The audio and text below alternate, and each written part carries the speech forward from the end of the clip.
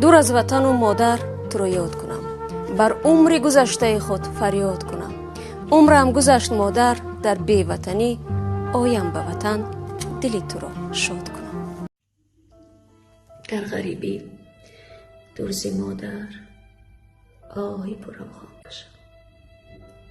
در دلم داغ جدایی درد بی درمان کشم. روزهای شیرین عمرم در غریبی ها گذشت.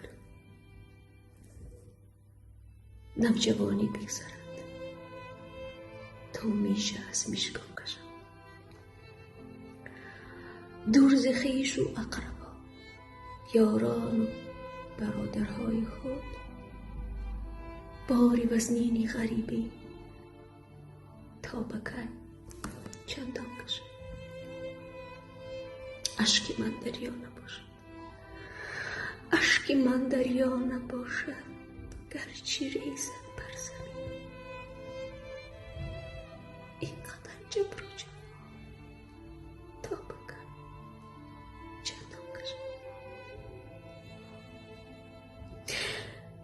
در خیالم لحظه دیدار مادر جلوه کرد. خاک پای مادر